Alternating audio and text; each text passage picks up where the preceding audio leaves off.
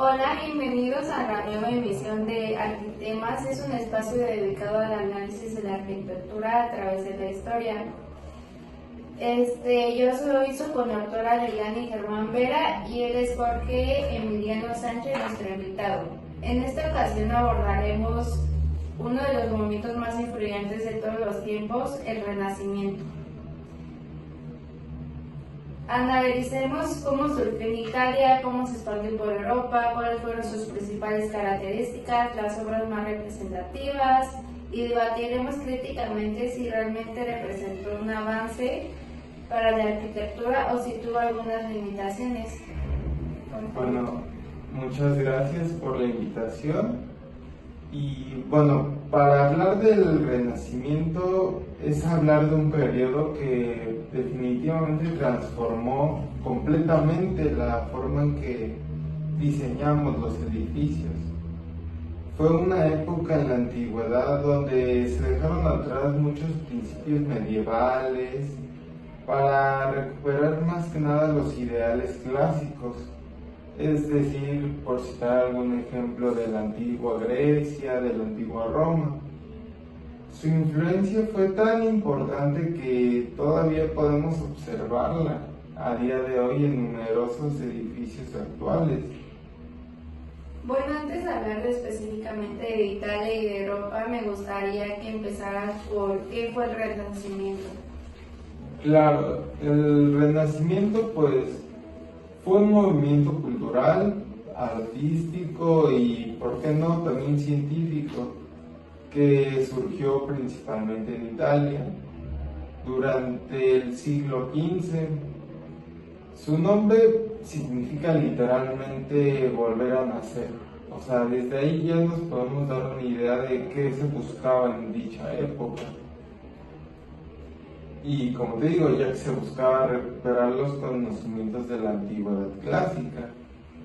Por darte unos ejemplos de la arquitectura renacentista, te diría que se basó más que nada en la simetría, en la proporción, en la geometría, el orden y la escala humana. ¿Me explicarías un poco más a detalle todos estos términos de simetría, proporción, geometría, orden y escala humana? Claro. Bueno, para mí, no para mí, sino que el concepto, la definición de simetría sería más que nada la repetición, respetar ciertas medidas, cierto tipo de formas, ya que tanto lo que tengamos de un lado lo tendremos del otro. Y esa repetición, respetando, como te digo, las medidas, simbolizaría, es más que nada lo de la simetría. La proporción, al jugar con volúmenes tan grandes, o en su caso contrario, volúmenes tan pequeños, que siempre tengan como esa intención, ese respeto, por así decirlo, de que voy a poner este volumen grande, pero a la vez lo voy a acompañar con ciertas cosas que no desencajen, que tengan algún tipo de razón de por qué estar ahí. Un ritmo más uniforme. Claro, y pues eso lo podemos ver muy notorio en todas las edificaciones renacentistas. La geometría, aquí es caso contrario, por ejemplo, en la arquitectura contemporánea, donde se usa muchas curvas, muchas formas irregulares, por así decirlo. En el Renacimiento no, acá la geometría fue más regular, más recta, no por eso quita que sea aburrido ni nada de eso. Claro que no, porque vemos los edificios y son una obra de arte, pero sí es cierto que se usaron muchas formas geométricas pues, muy simples. En el orden yo te diría que pues, lo podemos notar más que nada en las columnas, que eran de tipos de orden romanos, en todos sus tipos de variedades y diseños. Y hablando de la escala humana, bueno, creo que este es un punto muy importante porque al diseñar catedrales que tenían un objetivo religioso, se jugaba con esos volúmenes donde la escala humana pasaba como a un volumen muy pequeño. Se hacían como grandes zonas, grandes aperturas, simbolizando eso, la religión, todo lo que viene relacionado a Dios, y todo iba con esa intención. Ok. ¿Por qué el Renacimiento nació en Italia? Bueno, te diría que porque contó con factores muy favorables para que surgiera, comenzando con que conservaba restos romanos.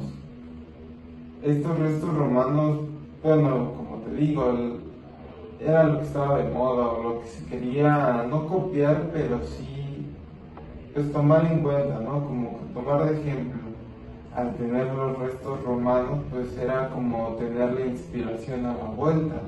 Todo lo que diseñaban tenían un ejemplo muy a la vista, ¿no? En persona, más que nada. También sería porque fue un importante centro comercial. Italia o Florencia, Italia, después de todo lo que viene siendo la peste negra y todos los problemas que pasaba la humanidad en esos tiempos, Italia se convirtió en el centro comercial más como que más visitado, con más afluencia de gente.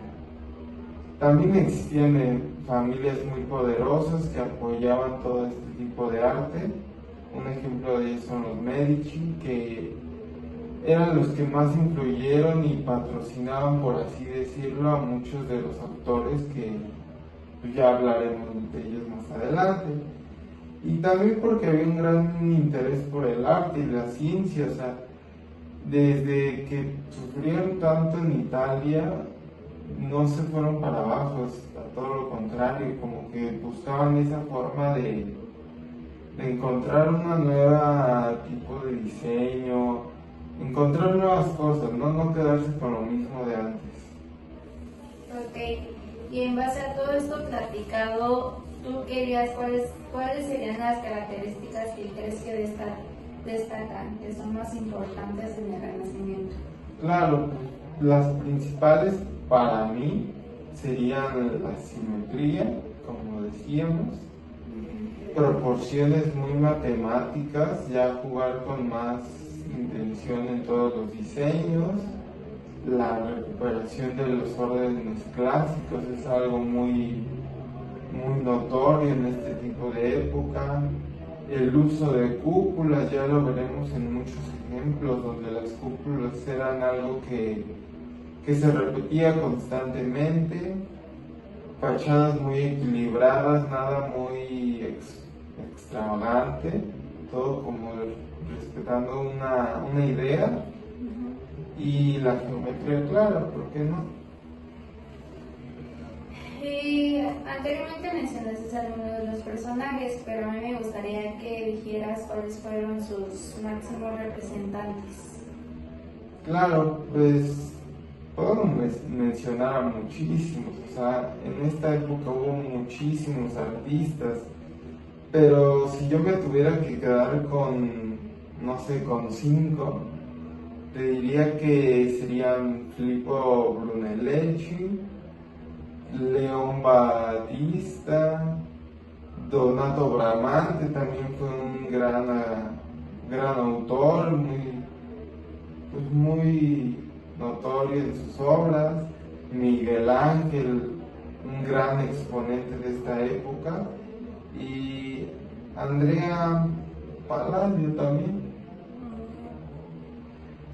Por ejemplo, pues hablando ya de artistas, también tendríamos que hablar más de sus obras.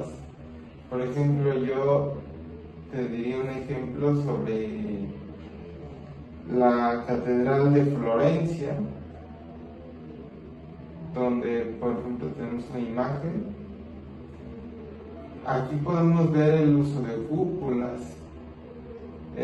Como te digo, que era una de las características principales de dicha época. Pues las cúpulas aquí se notan es muy notorio el uso de esta cúpula. ¿Qué otro ejemplo podríamos dar? Igual está el Palacio de Rucellai, que es una obra arquitectónica florentina del siglo XV que se ubica en el 18 vía Nidna Norpa. Fue construida por León Battista Alberti entre el año 1946 y 1951. El modelo de palacio renacentista italiano, pues a esto pues caracteriza sus pisos horizontales en el que resaltan los similares de crece hacia arriba, las ventanas enmarcadas, las pilastras y gran cornisa. En el interior se disponía un torno en un patio y se centra en uno de los edificios más icónicos del cuarto asedio. Claro, escuchábamos el nombre del autor, León Battista, que era uno de los que te mencionaba. Y pues como otro ejemplo, te diría también sobre la Villa Rotonda. La Villa Rotonda, como podemos ver en sus columnas, aquí está el ejemplo claro de las columnas romanas, donde usan todos estos tipos de diseños, no solo una columna simple, sino que tienen cierta decoración, ornamentación que la hacía diferente a todo tipo de otras construcciones. Y todo este tipo de arquitectura renacentista, ¿cómo se expandió fuera de Italia? Claro, pues estas nuevas ideas que iban surgiendo se difundieron pues gracias al comercio, a los viajes. En estas épocas era donde, coinciden muchas cosas, ¿no? Al cerrar por la caída de Constantinopla, se cierra una gran brecha entre la comunicación de los países. Al buscar estos viajes, directamente fuimos difundiendo este mensaje que se estaba llevando en Europa hacia todos, hacia Asia, otros continentes. Y también por la imprenta ayudó mucho en esta difusión del mensaje. Ya no era lo mismo hablarlo de voz a tener un escrito ya más formal donde podías ver todo lo que se estaba construyendo. Poco a poco también, pues, como te digo, por los viajes llegaron a Francia, a España, Inglaterra y a Alemania. Sí, al final todo esto fue un medio de comunicación para transmitir todo este tipo de ideas a otros lugares, pero tú dirías que el Renacimiento italiano era igual. No, creo que cada país adaptó este estilo que iba surgiendo a sus tradiciones. Era de esperarse, ¿no? No todo iba a ser igual en todo el mundo iba a meter ciertas ideas de lo suyo. Te puedo dar algún ejemplo, como puede ser que Francia incorporó elementos renacentistas, pero en sus castillos, ¿no? No en catedrales, sino ya más en castillos. España desarrolló un estilo muy plateresco, algo muy diferente a lo que se estaba construyendo, por ejemplo, en Italia. Y bueno, en Inglaterra mezcló muchas influencias góticas con lo renacentista que era de la época. Bueno, ahorita me gustaría partir de una definición que es: la arquitectura es el arte de crear espacios habitables para la satisfacción de las necesidades integrales del ser humano. Tomando esta definición, ¿el Renacimiento cumplió realmente con ese objetivo? Pues hablando de las necesidades que satisfagan las necesidades del ser humano, yo considero que sí. O sea, el Renacimiento pues, puso al ser humano como centro del universo o centro del diseño, hablando nosotros de un lenguaje más arquitectónico. Las proporciones que se estudiaban muy cuidadosamente, pues para generar espacios armónicos. Sin embargo, muchas de estas obras fueron construidas para la iglesia o para las élites, pero podemos afirmar que estas satisfacían las necesidades de la sociedad. Bueno, es una crítica válida pensar que a lo mejor todo está diseñado más hacia grandes rangos, ¿no? Pero, pues aunque los beneficiarios en sí eran grupos muy específicos, los avances técnicos y teóricos que se estaban estudiando en aquellas épocas, pues terminaron beneficiando de una u otra forma a toda la arquitectura que posterior. O sea, hasta nuestras fechas seguimos usando mucha de la simetría por proporción, lo escuchamos muy seguido. Y creo que a lo mejor sí solo disfrutaron muy pocos las grandes obras, los que podían entrar a dichos edificios, pero pues la información se mantuvo pública y se pudo duplicar o seguir llevando a cabo esa forma de pensar. ¿Crees que fue correcto abandonar la arquitectura medieval? Pues no se abandonó por completo. A mi parecer, no se abandonó por completo. Simplemente, pues había nuevas necesidades. Como lo decíamos desde la definición principal con la que empezamos esto, las necesidades cambiaron. O sea, todo cambió en esas épocas. Fue una época de muchos cambios en todo el mundo, tanto culturales como científicas, y pues nos adaptamos a ello. Entonces dirías que el Renacimiento fue una evolución. A mi parecer sí, fue una gran evolución.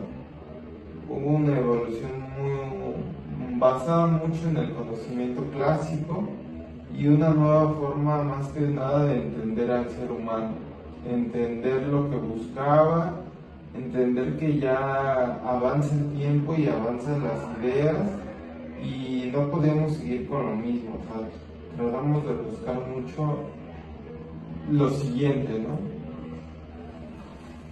En base a todo lo mencionado y a toda esta charla, ¿cuál fue el legado más importante que nos deja el Renacimiento?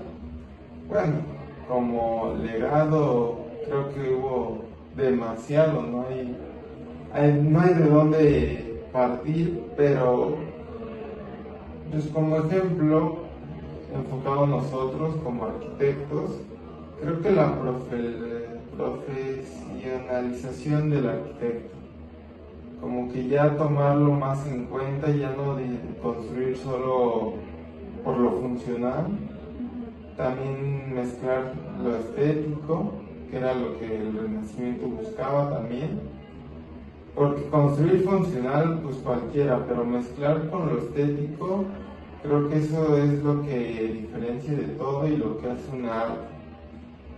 También el uso de tratados arquitectónicos, o sea, creo que en esta época ya se empezaron a marcar más de que lo que se estaba haciendo, ¿no? Dejar esa evidencia o ese antecedente para futuras generaciones que lo vuelvan a, no sé si retomar, pero sí que conozcan de dónde viene.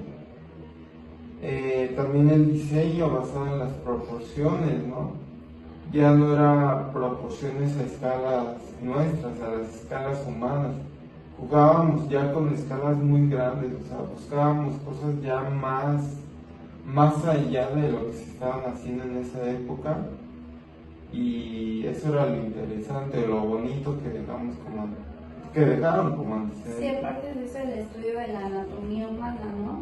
Claro, Que ya- o sea, eso era como ya no estábamos solo viviendo por vivir, o sea, ya teníamos como esa búsqueda. El estudio de nuestro cuerpo para ver las dimensiones de una silla o de un espacio que se pueda habitable, bueno, sea habitable y sea funcional. Justo, o sea, a lo mejor no sé si vivían incómodos o de cierta forma, pero pues, con todo eso, lo seguimos viendo a día de hoy y funciona y es algo muy bueno a la hora de diseñar. Y pues como hablábamos también de la aplicación de nuestros principios científicos, todas esas ideas que se iban, o esas ideas o esos conocimientos que se iban generando, pues los dejamos en escrito, gracias a la imprenta, como decíamos, y pues, esas aplicaciones o principios científicos los seguimos manteniendo hasta la época y no sé hasta cuándo seguirán porque pues, al final es el ser humano y el ser humano no cambia. ¿Y todo esto crees que siga presente actualmente?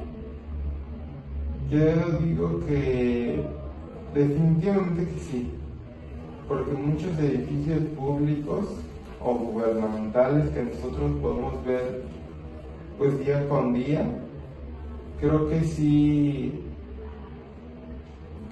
nos siguen siendo presentes actualmente y los vemos y nos causa cierto impacto porque pues hemos cambiado, o sea, ya la arquitectura renacentista se ha dejado un poco de lado, pero el tener eso y poderlos ver, creo que nos llena pues, de satisfacción y también utilizar los principios que dejaron, copiarlo de la simetría, las proporciones, a la hora de nosotros hacer nuestros proyectos.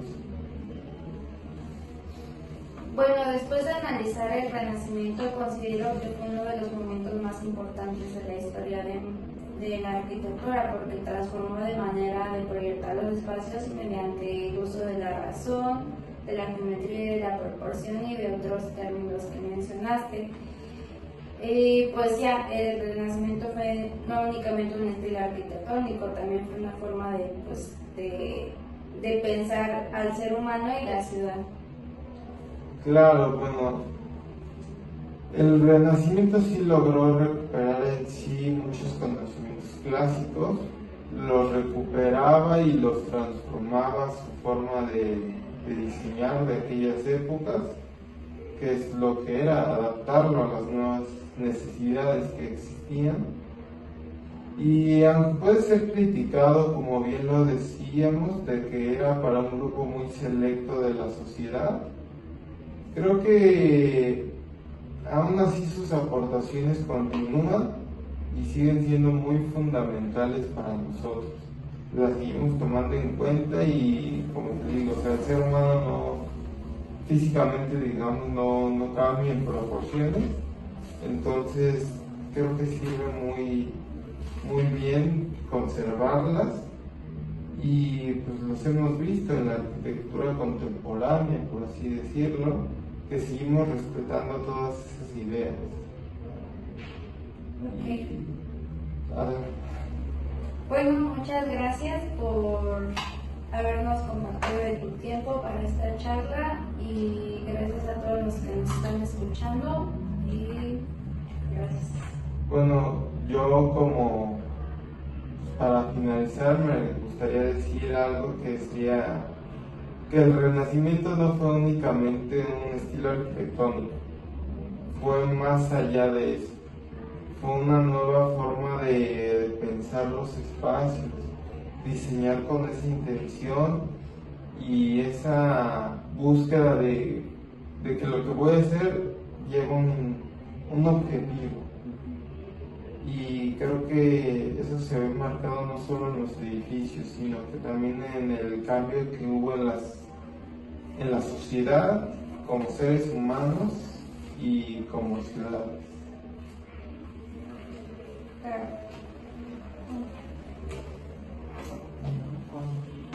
¿Cuánto crees que ahora sí?